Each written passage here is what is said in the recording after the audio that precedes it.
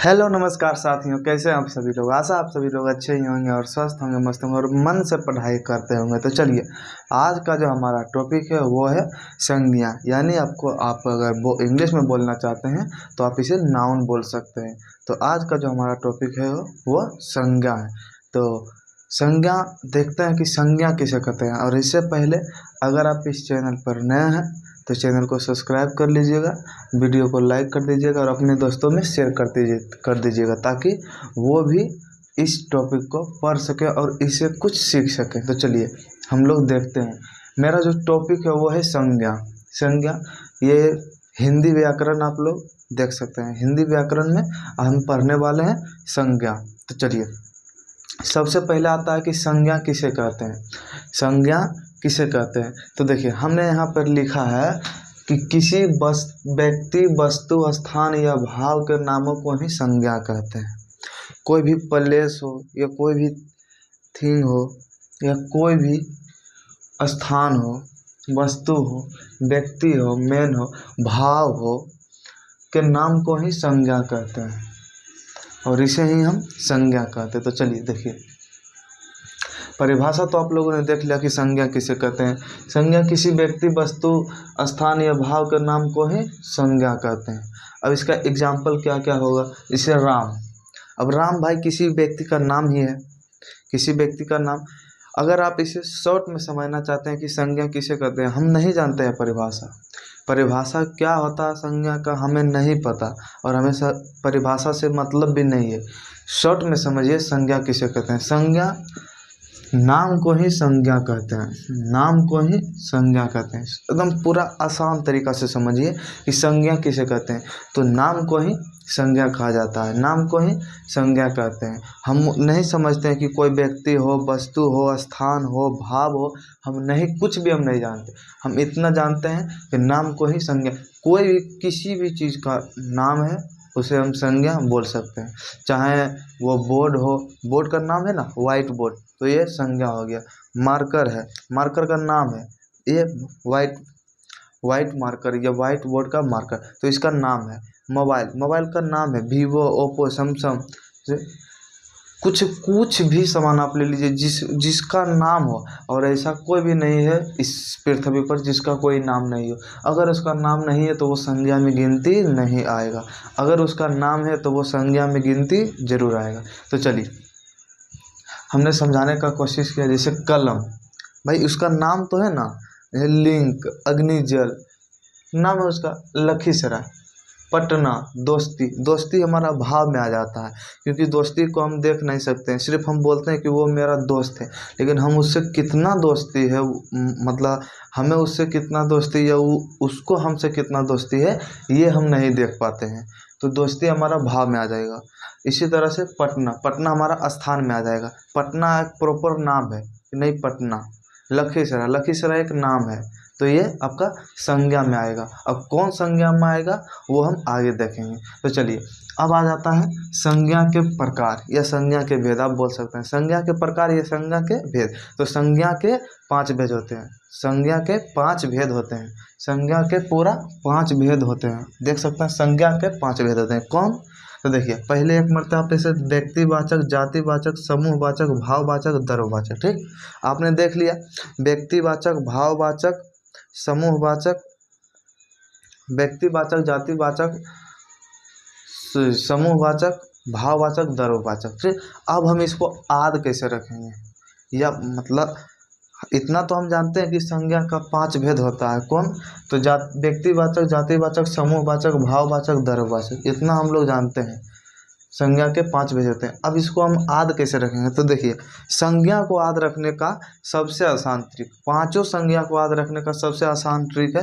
देखिए, अब समझिए, अगर व्यक्ति है इस पृथ्वी पर, अगर व्यक्ति है तो उसका कोई जात भी होगा, अगर जाति है तो उसका समूह भी होगा, और जहाँ समूह लगता है वहाँ भाव जरूर होता है। जैसे भाव मतलब भाव प्रकट करना, यानी जहाँ लाखों व्यक्ति का भीड़ है, हजारों व्यक्ति का भीड़ है, वहाँ अपना भाव सब प्रकट करते नहीं, ये ऐसा होना चाहिए, नहीं वो ऐसा नहीं। जब समूह लगेगा तो भाव लगेगा, और जब भाव लगेगा तो द्रव्यवाचक है, लास्ट में अच्छा द्रव्यवाचक संज्ञा। द्रव्यवाचक संज्ञा आप लोग जानते हैं कि जिसे हम गिन नहीं सकते हैं, माप तौल सकते हैं, जिसे हम गिन नहीं सकते हैं, सिर्फ माप तौल सकते हैं, उसे हम द्रव्यवाचक कहते हैं। जब भाव लग गया तो कुछ ना कुछ तो भाई तौले माप तौल होगा ही, इसे संज्ञा कहते हैं। तो 5 के 5 संज्ञा जो है वो आप आसान से याद कर सकते हैं। जाति है तो व्यक्ति है तो जात होगा, जात है तो समूह होगा, समूह है तो भाव होगा, भाव है तो द्रव्यवाचक संज्ञा। ये 5 संज्ञा है और इसे हम एक एक करके बारी बारी से देखते हैं। तो चलिए एक एक करके हम इसको बारी बारी से देखते हैं और इसका एग्जाम्पल सहित हम लोग देखेंगे कि क्या कौन सी संज्ञा कहाँ पे प्रयोग होगा। तो चलिए देखते हैं। चलिए दोस्त देखिए, हमने 3 व्यक्तिवाचक संज्ञा लिए हैं, जातिवाचक संज्ञा, भाववाचक संज्ञा। अब इन सभी को हम एक एक करके देखेंगे, इन सभी को हम एक एक करके देखेंगे। तो चलिए आइए देखते हैं। पहला नंबर हम देखते हैं व्यक्तिवाचक संज्ञा। व्यक्तिवाचक संज्ञा, व्यक्तिवाचक संज्ञा किसे कहते हैं? व्यक्तिवाचक संज्ञा किसे कहते हैं?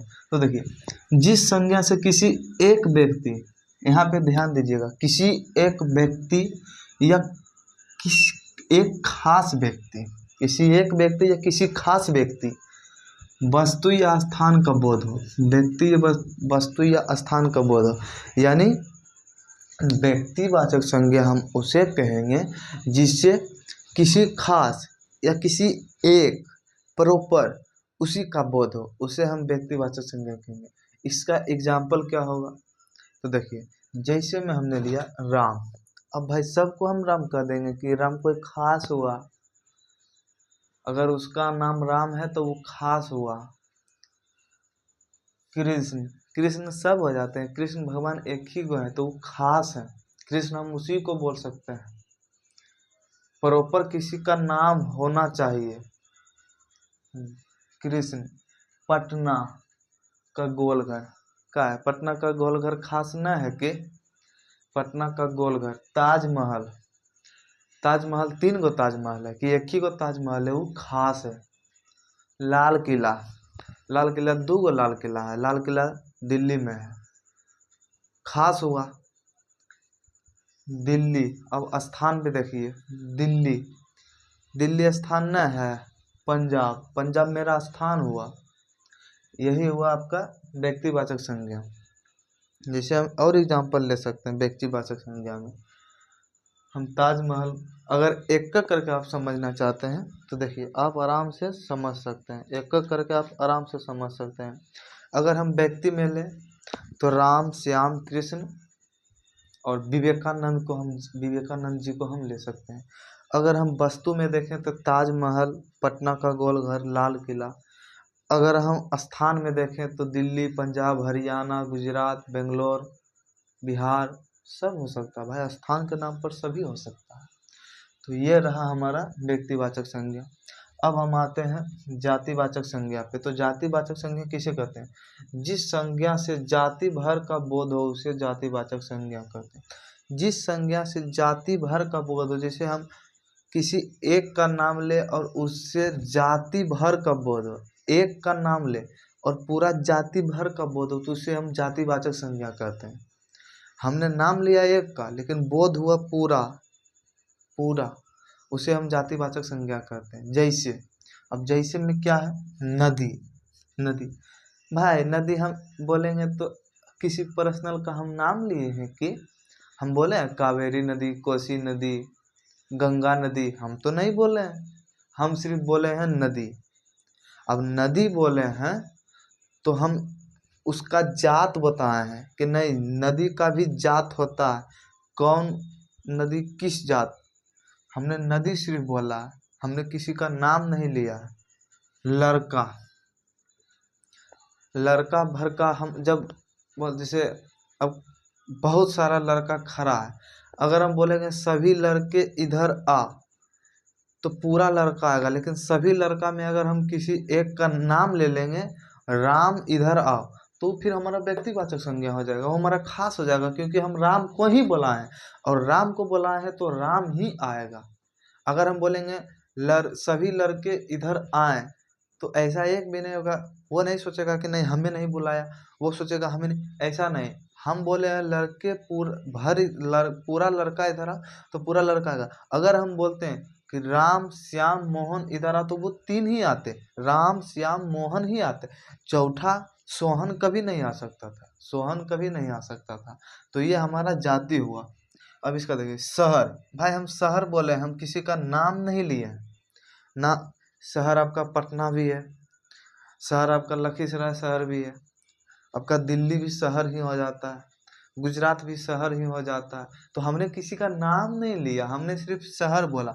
हमने जाति का बोध कराया है, हमने जाति का बोध कराया। हमने किसी व्यक्ति या मतलब खास का नाम नहीं लिया, हमने शहर बोला। हमने ये नहीं बोला पटना, पटना मेरा हो जाएगा व्यक्तिवाचक, लेकिन हमने बोला आपका जातिवाचक संज्ञा, जाति भर का बोध कराता हो, जाति भर का बोध कराता हो, इसीलिए हमने बोला जातिवाचक संज्ञा। शिक्षक है, हम किसी का नाम लिए, हम बोले शिक्षक, शिक्षक यानी जितने भी शिक्षक हैं हमने सभी को बोला है, हमने पूरे शिक्षक भर के जाति का बोध हमने किया है। तो शिक्षक हमारा जातिवाचक हो जाएगा। अब देखिए गाय, भाई गाय, जब हम गाय बोले तो हम पूरा गाय का जो पूरा होता है हमने पूरे को लपेट लिया। हमने ये नहीं बोला काली गाय, उजली गाय, चितकावर गाय, हमने किसी को खास नहीं बनाया, हमने जाति में रखा भाई। तो हमने जब जाति में रखा तो ये मेरा जाति। किताब, भाई कौन सा किताब, मेरे पास भी किताब है, मेरे पास ये मास्टर मैथमेटिक्स है और भी है, ये रहा मेरा। हमने सिर्फ किताब बोला है, हमने किताब का नाम नहीं बोला। हम ये नहीं बोले हैं कि आप 10वां का NCERT ही लीजिएगा या केसी सिन्हा ही लीजिएगा या भारती भवन ही लीजिएगा। हमने बोला आप किताब ले लीजिएगा, कोई सा भी किताब हो, उससे कोई फर्क नहीं पड़ता। किताब हमारा जातिवाचक संज्ञा हो गया। कलम, भाई कलम, कलम ये भी एक तरह से कलम ही है। हम ये नहीं बोले कि आप जाके अग्नि जल लीजिए या आप लिंक लीजिए या आप बहुत सारा पेन चला वो लीजिए। हमने बोला सिर्फ कलम लीजिए, हमने उसका जाति का बोध कराया है, हम किसी व्यक्तिगत का नाम नहीं लिया है। तो ये मेरा हो गया जातिवाचक संज्ञा। अब देखिए भाववाचक संज्ञा। भाववाचक संज्ञा हम किसे कहते हैं, किसी व्यक्ति या वस्तु के गुण धर्म या स्वभाव का बोध हो, उसे भाववाचक संज्ञा कहते हैं। गुण धर्म, उस व्यक्ति का गुण कैसा है, उसका स्वभाव कैसा है, उसका भाव कैसा है, उसका नेचर कैसा है, इसी को हम भाववाचक संज्ञा बोलते हैं। अगर सीधा सी भाषा में हम अगर भाववाचक संज्ञा का अगर डिफिनेशन दें तो जिससे हमें उस व्यक्ति का नेचर पता चलता है, हम उसको भाववाचक संज्ञा कहते हैं। नेचर पता लगते हैं हम, जब अगर किसी व्यक्ति को देखकर हम समझ जाते हैं कि नहीं ये ऐसा ही है, तो हमने उसको जज करना यानी भाव करना, भाव से ही पहचान गया कि नहीं लड़का ऐसा ही होगा, तो भाववाचक संज्ञा। आप इसका एग्जाम्पल देख लीजिए, एग्जाम्पल आपका हो जाएगा बुढ़ापा। बुढ़ापा आपने कभी देखा है? हाँ सर हमने देखा। एक बूढ़े जा रहे थे, बूढ़े व्यक्ति, उसको हमने देखा। भैया आप उस व्यक्ति को देखे हैं, बुढ़ापा को नहीं देखे हैं। आपने उस व्यक्ति को देखे हैं, बुढ़ापा को नहीं देखे हैं। क्या आपने कभी प्यार को देखा है? रत रत भर जिससे बतियाते हैं, वीडियो कॉल करते हैं, चैट करते हैं, हम तो उससे बहुत प्यार करते हैं। भैया तुम उससे प्यार करते हो, उसका प्यार को कभी तुम नहीं देख पाते हो। यही होता है भाववाचक संज्ञा, यानी हम एक भाव करते हैं कि नहीं वो मुझसे प्यार करती है, बस इतना ही है। नफरत, हम नफरत को भी नहीं देख पाते हैं, हम नफरत को भी नहीं देख पाते हैं। ईमानदार, वो कितना ईमानदार है हम नहीं देख पाते हैं। हम उस व्यक्ति को देख पाते हैं जो ईमानदार होता है, वो कितना ईमानदार है ये हम नहीं देख पाते हैं। जवानी, जवानी को हम नहीं देख पाते हैं, सिर्फ बोलते हैं कि नहीं उसका जवानी चढ़ गया, उसका जवानी ढल गया, लेकिन हम जवानी को देख नहीं पाते हैं। ठीक। गर्मी, गर्मी तो बहुत लगती है, गर्मी तो बहुत लगती है। जब गर्मी का सीजन आएगा तो गर्मी ही लगेगा। अब ठंडी का सीजन है रहा है तो ठंड लगेगा, लेकिन हम गर्मी और ठंडी को कभी नहीं देख सकते हैं। तो ये रहा आपका भाववाचक संज्ञा। हमने तीन तीन को देखा, व्यक्तिवाचक, जातिवाचक, भाववाचक। दो बचे हैं, दो को हम लोग देख लेते हैं। चलिए, दो को देखने से पहले चलिए दोस्तों, अगर आप लोग को क्लास अच्छा लग रहा है तो कृपया क्लास को लाइक तो कम से कम कीजिए और चैनल को सब्सक्राइब भी कर लीजिएगा। अगर हो सके तो अपने दोस्तों में शेयर भी कर दीजिएगा, क्योंकि अगर आप लोग को अच्छा लग रहा होगा तो शेयर कीजिएगा, नहीं अच्छा लग रहा है तो नहीं शेयर कीजिएगा। हमने देख लिए थे व्यक्तिवाचक, देख लिए थे जातिवाचक देख लिए थे, भाववाचक देख लिए थे। अब हम मेरा है समूहवाचक संज्ञा। ठीक, इस समूहवाचक संज्ञा होता क्या है, इसका डेफिनेशन देखिए। जिस संज्ञा से समूह या समुदाय का बोध हो उसे समूहवाचक संज्ञा कहते हैं। सबसे अच्छा आसान तरीका समूहवाचक संज्ञा। समूह यानी एक आदमी से समूह नहीं बनता है। समूह लोन का आप लोग नाम सुने होंगे, समूह लोन। ठीक, समूह लोन, समूह लोन जो होता है वो एक आदमी नहीं, उसमें कई महिलाएं जुटी होती हैं और एक उसका मेन होता है, उसी को समूह लोन। तो एक महिला ने कई महिलाएं से जो समूह बनता है ना, उसी को हम समूह बोलते हैं। या कई व्यक्ति से समूह का निर्माण होना चाहिए, उसे हम समूहवाचक बोलेंगे।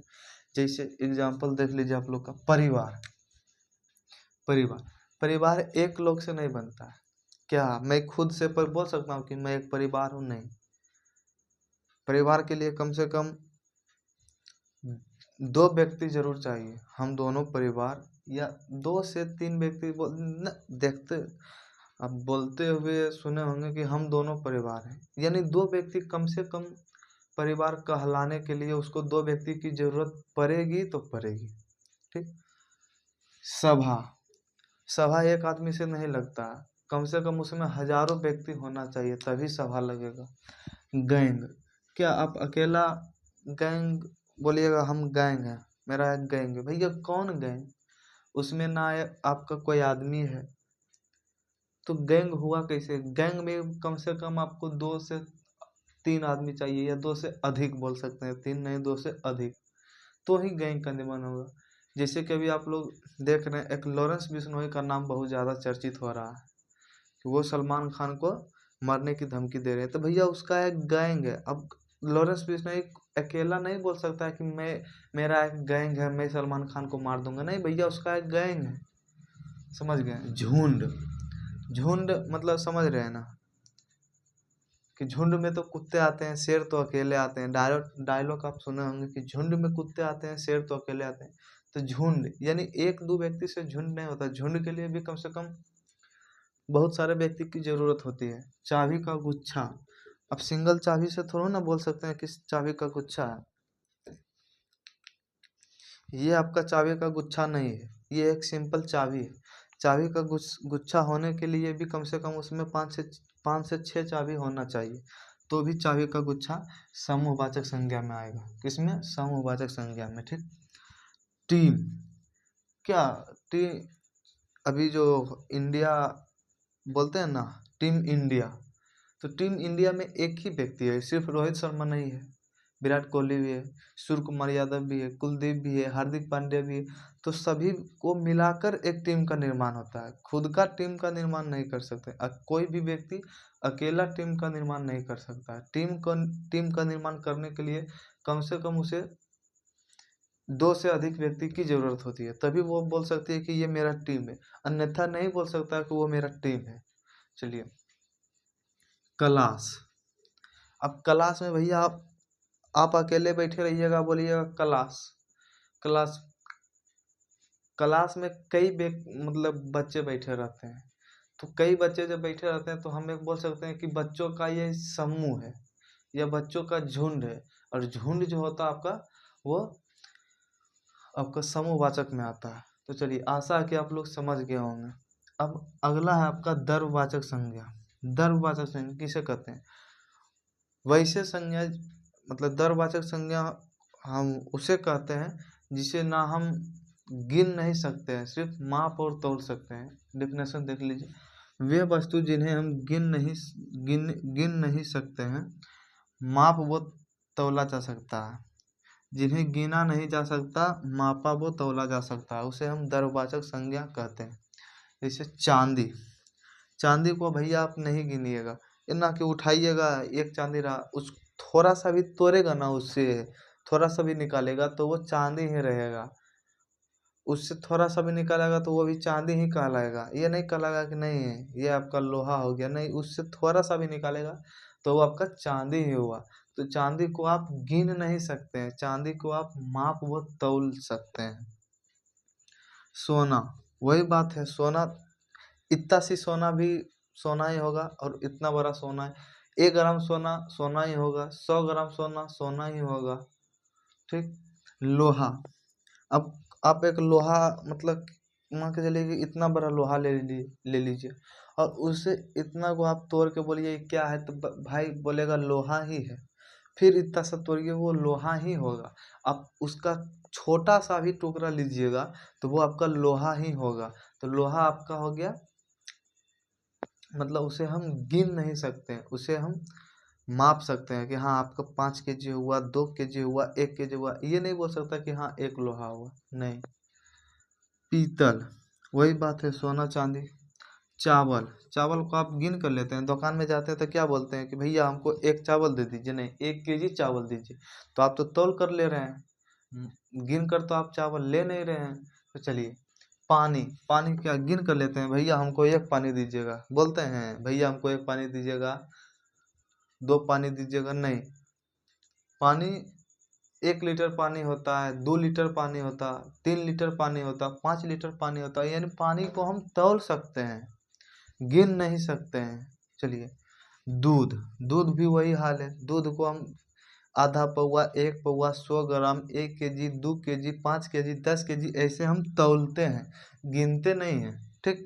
घी, घी को भी हम तौलते ही हैं, ये नहीं बोलते हैं कि एक घी दे दे, नहीं भाई, 1 पौआ घी दे दो, आधा किलो घी दे दो, इत्यादि। ये सब रहा आपका दरवाचक संज्ञा, और यही से आपका संज्ञा समाप्त होता है। आशा है आप सभी लोगों को संज्ञा अच्छी तरह से समझ आई होगी। अगर आप लोग को अगर पूरी तरह से आप लोग समझे हैं तो आप अपने दोस्तों में शेयर कीजिएगा, और कैरियर क्लासेस पटना को आप लोग सब्सक्राइब कर लीजिएगा, और अपने दोस्तों में शेयर करके वीडियो को लाइक कर दीजिएगा। तब तक के लिए धन्यवाद, मिलते हैं अगले वीडियो में।